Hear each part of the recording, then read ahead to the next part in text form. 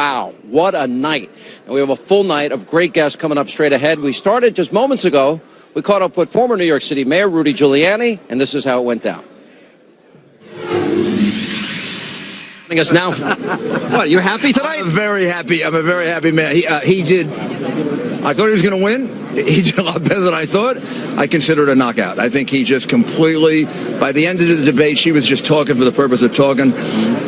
She looked tired to me. The last 15 minutes, she looked really tired, and then she would give these long, wandering answers. In fact, the moderators were totally unfair. They let it go on and on and on. I love when he said 1 on 3, because that was true. But the moderators were unfair in letting go on and on and on, but she hurt herself by going on and on and on, because she kept repeating the same thing. She started to lose her train of thought. I think he really dazzled her. Yeah. He completely, and I'll tell you, from the moment she couldn't answer, the destruction of the 33,000 emails, which would put anybody else in jail.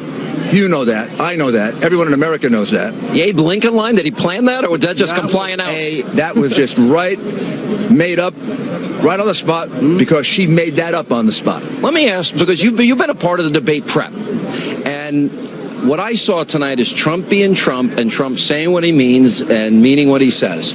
Was he held back a little in the first debate? No, I don't think so. Look, it's a medium he has to get used to. He's going to be better in the next debate. I told him that. Yeah. I said, Donald, you know, it took him a while with a teleprompter. Now he's a genius with it. He's as good as Reagan. He's as good as Clinton. He's as good as Obama with it. He felt comfortable in this debate. That first one probably, I actually thought he did much better in that debate when you look at it a second time than a lot of people think. But this debate, this could be one of the biggest knockouts I've seen in a presidential debate. I don't think I've ever seen one candidate dominate the other candidate more. She was completely on the defensive the entire night. He was unrelenting. Let's go to the issue that everyone was talking about coming into this tape from, 11 years ago. I thought his answer, number one, he seemed sincere in his apology. Of course he was. Okay. And number two, he waited, and because she kept pressing it, he said, all right, I'll go there. Yes. She was the one who began the unrelenting, vicious, nasty, horrible attack on him. So I think the way he answered it, he apologized, but he also put it in proper perspective. We got a world in which people are being killed all over the world.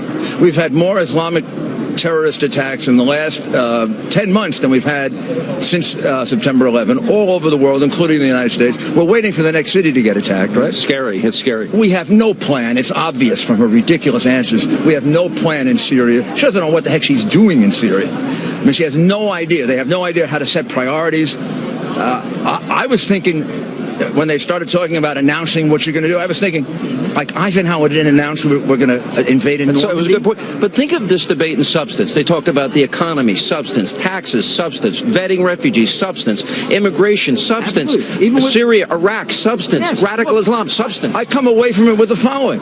If we elect Donald Trump, I get more money in my pocket. If we elect her, she can take 20% out. Yeah. I got that. Now, what Donald Trump was trying to do, even with the tape thing, is to say, look, it's important, and I'm sorry, but we got people dying. While we're talking, somebody's getting shot in Chicago.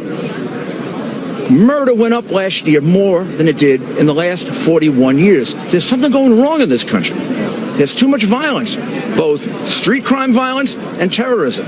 And we need a strong president. It was quite clear.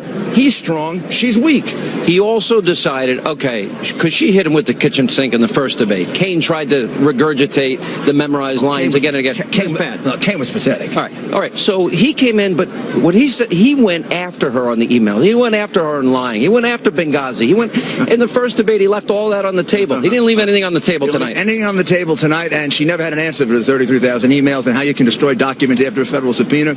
So when he got to the point where he said you belonged in jail, he's absolutely right. Any prosecutor, you might be the attorney general.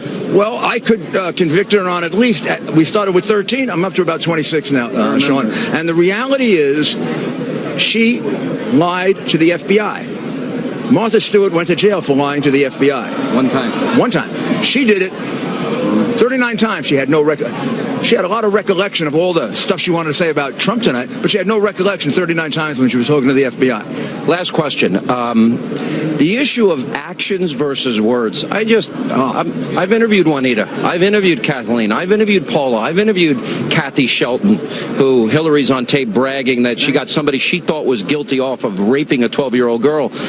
Are people now, is the media now challenged? Do they have a responsibility to bring up these issues? Well, if they're going to go back with a 12-year-old tape on him or something that happened 20 years ago, this is serious stuff. I mean, I talked to that woman, Kathy Shelton, for some time. She did a lot of damage to Kathy Shelton. I mean, laughing twice over laughing and bragging and knowing that he was guilty. Yeah, and the woman was raped and can never have a child. And then Juanita Broderick, who says she was raped and Hillary Clinton attacked her. She said that herself on the microphone. Yeah.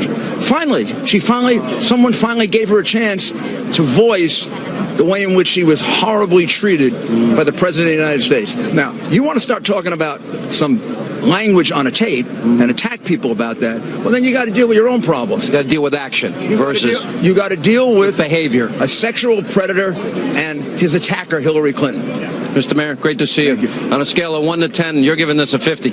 Oh, 100? Knockout, one of the biggest defeats in or victories in a presidential debate ever. All right, Mr. Mayor, good to see you. Thank you so much.